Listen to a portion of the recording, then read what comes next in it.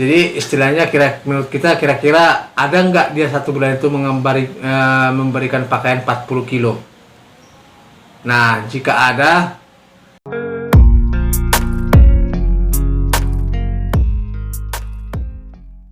halo sobat, berjumpa lagi di channel saya, yaitu channel tentang tutorial usaha laundry.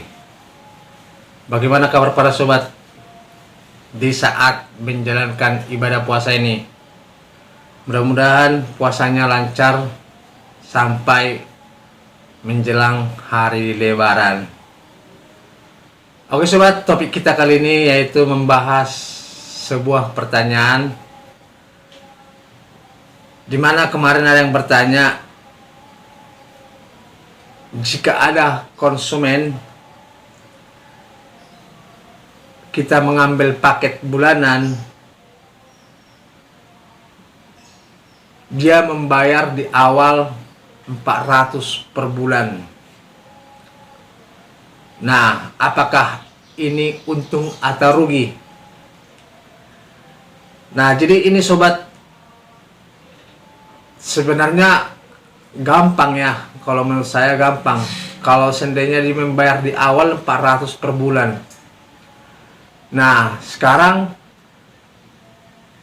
dia per bulan itu berapa kilo pakaiannya, atau berapa kilo dia memberikan pakaian ke usaha kita. Nah, tinggal bagikan. Contoh, dia mengasih 400.000 per bulan. Ini contoh ya. Jadi kalau kita bikin dia kali 10.000 per kilo, berarti 40 kilo per bulan. Ini contohnya. Nah, kalau ini kali 10.000. Nah, jadi istilahnya menurut kita kira-kira ada nggak dia satu bulan itu memberikan pakaian 40 kilo. Nah, jika ada, baru kita perhitungkan kita untung nggak memberikan kali 10.000 per kilo. Nah, cuman kalau pelanggan itu kan tidak rata memberikan 10 kilo per hari sekali nyuci. Kadang 3 kilo, kadang 5 kilo. Nah, tinggal bagikan saja. Nah, atau coba kita bertanya, kira-kira berapa kilo dalam satu bulan dia memberikan pakaian. Tinggal bagikan saja. Nah, cuman kalau ada paket seperti ini sobat, satuan di luar hitung bayar bulanan. Maksud saya, kalau bayar bulanan ini hanya berlaku untuk pakaian yang kiloan. Kalau untuk satuan tidak, itu di luar. Itu peraturan yang di daerah saya sendiri. Contoh pakaian satuan itu bed cover, seperti gorden, pakaian yang pokoknya yang harga satuan lah, itu di luar paket bulanan. Nah, jadi yang berlaku di paket bulanan itu sebenarnya hanya pakaian yang biasa kita cuci. Nah, baru kalau ada lagi yang bertanya, pasarannya satuan ini tetap diperlakukan seperti pasaran yang seperti biasa yang pernah kita bikin di usaha kita. Harga satuan itu berapa? Nah, karena satuan ini kan banyak jenisnya, harganya juga berbeda-beda.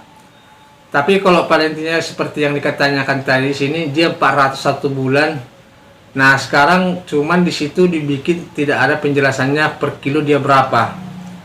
Nah, kalau seandainya kita rata-rata seperti yang saya bikin contoh tadi itu tinggal bagikan saja. Nah, kita tinggal bagi. Nah, tapi kalau seandainya kita bagi, itu biasanya sobat ada dibikin paket ini ya. Tapi ini memang tergantung kita mau kita bikin atau tidak. Kalau di saya paket itu ada bonusnya. Contoh, dia 40 kilo mencuci, seperti yang tadi kita katakan ya, contoh dia 40 kilo mencuci dalam jangka 1 bulan. Itu jadi kita bikin 45 kilo. Jadi 5 kilo dia bonusnya. Nah, karena istilahnya dia kan sudah paket. Nah, otomatis kita bikin bonus. Lain hal kalau seandainya dia hanya kiloan, tapi dia memberikan 40 kilo per bulan dan rutin 40 kilo per bulan, itu tidak ada. Itu bonus ini berlaku hanya di paket bulanan. Di luar paket bulanan bonus tidak berlaku. Itu di tempat saya rata-rata seperti itu.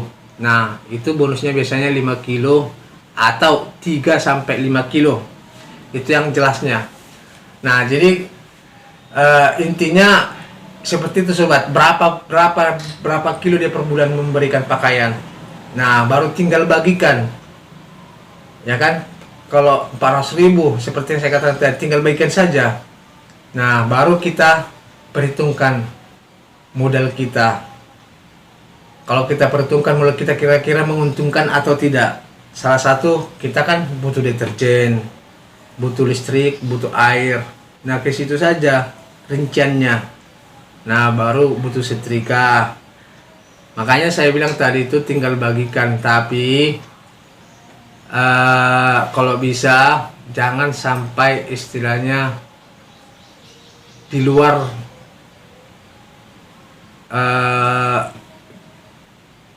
perhitungan kita. Maksud saya gini, kan kadang adanya dikasih 400.000 tapi pakainya lebih banyak banget.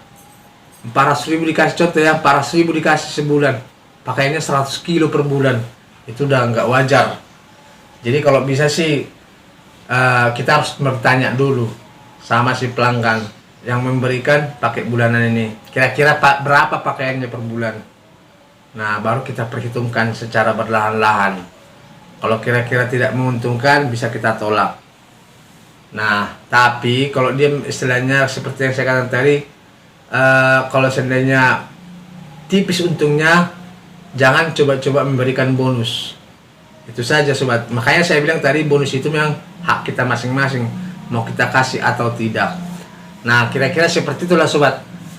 Singkat penjelasan saya kali ini atau video saya kali ini. Jangan lupa subscribe, ketik tanda lonceng supaya tidak ketinggalan video saya berikutnya. Terima kasih dan sampai jumpa kembali.